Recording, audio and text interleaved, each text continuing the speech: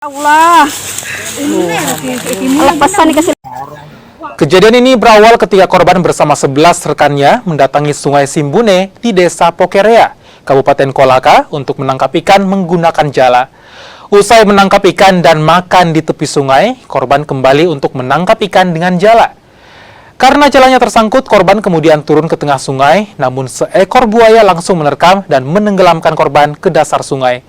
Rekan korban bersama tim SAR yang melakukan pencarian akhirnya menemukan korban pada malam hari dalam kondisi tidak bernyawa dan mengalami luka di sekujur tubuh.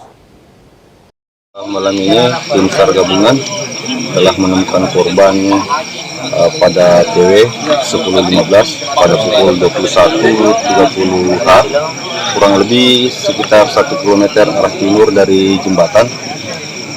Korban ditemukan oleh pihak tim SAR gabungan dan selanjutnya korban dievakuasi ke Masjid Nurul Iman di Desa Unggoloko. Untuk tubuh korban semua tadinya itu korban sudah tidak utuh, tungkai bawahnya semua sudah hilang.